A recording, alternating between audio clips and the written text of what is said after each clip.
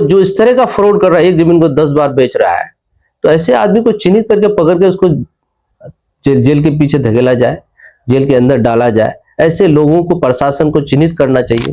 तो अब इन लोगों पर चालान ही होगा, चालान का भी व्यवस्था हो रहा है। अगर कोई रोड के ऊपर में खड़ा करके गाड़ी अगर 5-10 मिनट भी रुकता है या एक रुकने वाले गाड़ी पर चालान होगी, चाहे वो हमारी गाड़ी हो, चाहे वो आपकी गाड़ी हो, चाहे किसी की गाड़ी हो। जैसे हमारे यहाँ शादी ब्याहों में जो हम लोग टेंट वगैरह लगाते हैं, ये लगाने की आपको जरूरत नहीं पड़ेगी।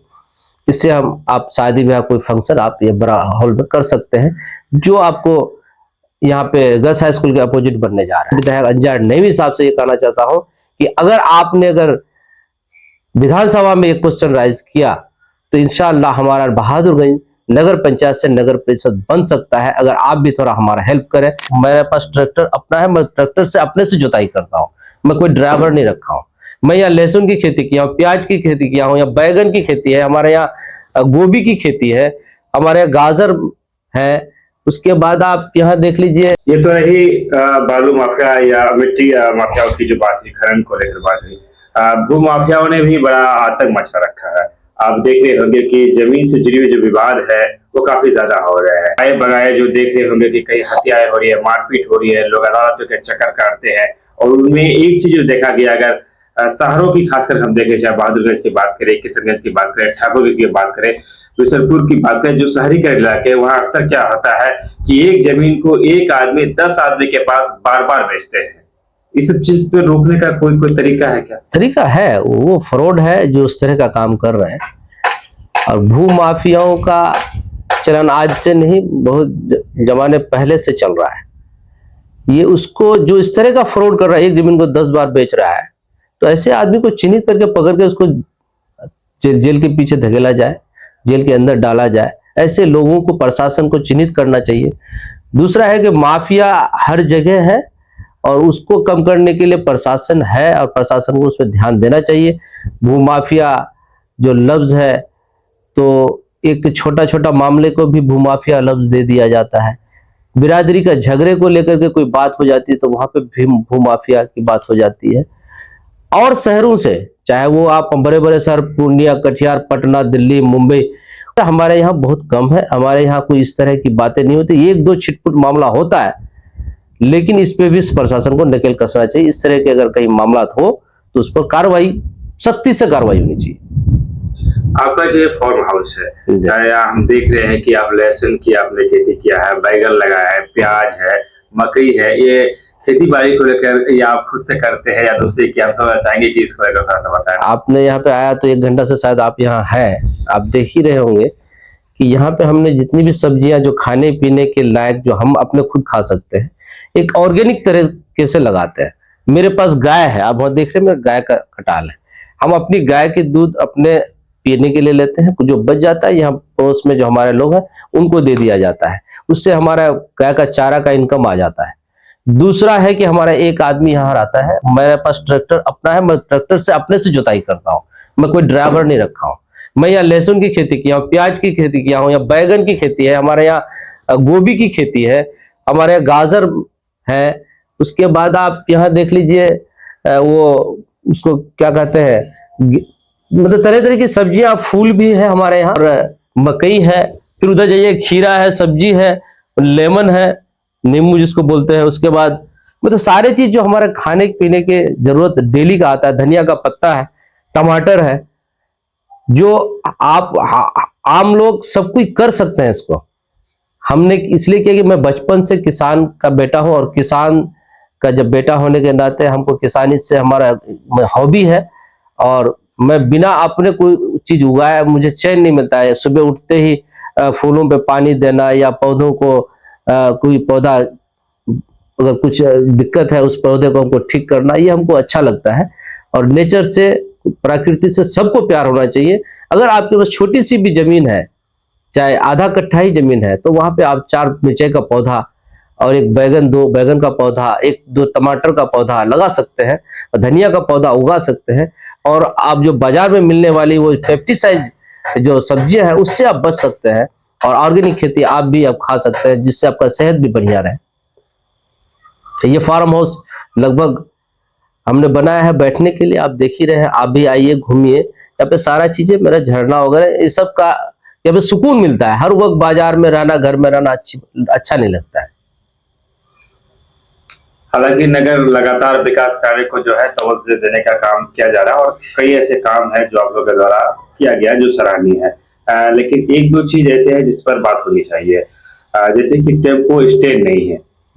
टेम्पो वाला हो या फिर वो जो गाड़ियां होती है उस गाड़ी को क्या टोटो बोलते हैं उसको जी। तो रोड पे ही वो लोग जो है लगा देते हैं और अगर उन लोग को भगाया भी जाए तो फिर वो लोग जाए कहाँ, ये भी एक मसला है। तो कोई ऐसी जगह नहीं है जिसे टेम्पो स्टैंड में उसको तब्दील किया जाए और अगर ये हो जाता तो मैं समझता हूँ कि आधी जो समस्या है वो खत्म हो जाती जी। ये समस्या का हल हमने 1 साल पहले ही कर दिया है। हमारे नगर पंचायत, शायद आपको रमीज साहब मालूम नहीं हो, बाजार समिति के अंदर में हम लोगों ने टेम्पो स्टैंड बनाया है और पिछले साल ही बनाया है और सभी टेम्पो वाले को नोटिस भी किया है, उसको बताया भी है कि आपका टेम्पो स्टैंड वहां है, आपको अगर टेम्पो खड़ा करना है बाजार समिति के अंदर में मिर्च मसाला के सामने में, वहां पे आपका स्टैंड हमारा जाइए, आप देख सकते हैं पिछले साल बना है।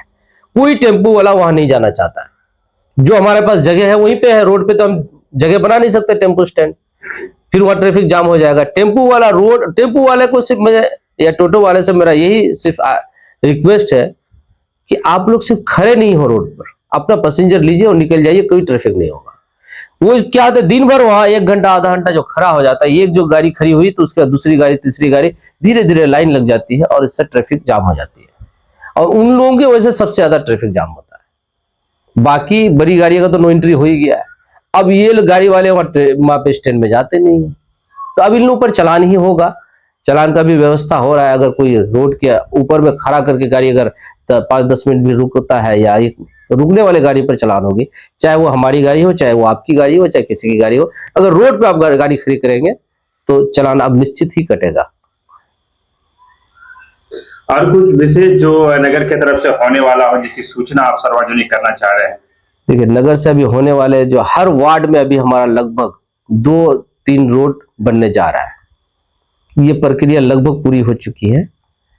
हर वार्ड में 2-3 रोड और नाला, जहां जरूरत के हिसाब से जो जो वार्ड पार्षदों ने जन्म दिया है कि यहाँ मेरा होना चाहिए, यहाँ होना चाहिए, इसको हम लोग, फिर हम कुछ पब्लिक भी हमको कहा है, वो सबको देखते हुए अगर हम लोग लगभग 33 योजनाएं अभी हम लोग पब्लिश करने जा रहे हैं। इंशाल्लाह 2 से हफ्ता दिन के अंदर में हमारा टेंडर हो जाएगा। दूसरा है हमारा अशोक सम्राट भवन, जो 2 करोड़ समथिंग राशि से बनने जा रहा है, जो बहादुर वासियों के लिए बहुत बड़ी सौगात होगी, जिससे हमारे यहाँ शादी ब्याहों में जो हम लोग टेंट वगैरह लगाते हैं, ये लगाने की आपको जरूरत नहीं पड़ेगी। इससे हम आप शादी ब्याह कोई फंक्शन आप ये बड़ा हॉल में कर सकते हैं, जो आपको यहाँ पे गर्ल्स हाई स्कूल के अपोजिट बनने जा रहा है। और छठ घाट भी बन रहा है हमारा वहाँ पे तालाब पर, वहाँ पे जो तालाब का जीर्णोद्धार हो रहा है। आपका थाना में जो तालाब है उसका जीर्णोद्धार हो रहा है, उसका भी सौंदर्यकरण हो रहा है। गार्डन जो पार्क है हमारा, पार्क के अंदर का वो लगभग जीर्णोद्धार हो गया, वहां पे भी खूबसूरत आपको दिखने में लगा भी होगा और उसमें भी बहुत सारा काम बाकी है। पार्क के लिए भी हम लोगों ने अपना फाइल को बढ़ा दिया है। ये सारी चीजें आने वाले दिनों में हो जाएगा। दूसरा अब रह जाएगा हमारा नगर पंचायत को नगर परिषद बनाने का जो प्रक्रिया है, ये बहुत बड़ा प्रक्रिया है। इस पर हम लोग कुछ काम करना चाहते हैं। मैं आपके चैनल के माध्यम से हम हमारे विधायक जो है, हमारा स्थानीय विधायक अंजार नईमी साहब से ये कहना चाहता हूं कि अगर विधानसभा में एक क्वेश्चन राइज किया तो इंशाअल्लाह हमारा बहादुरगंज नगर पंचायत से नगर परिषद बन सकता है, अगर आप भी थोड़ा हमारा हेल्प करें। अब मैं चाहता हूं, मैं उम्मीद करता हूं कि आप भी, हमारे एमएलए साहब भी इसके लिए पहल करेंगे और हम लोग भी इधर से अपनी फाइल को बढ़ाएंगे।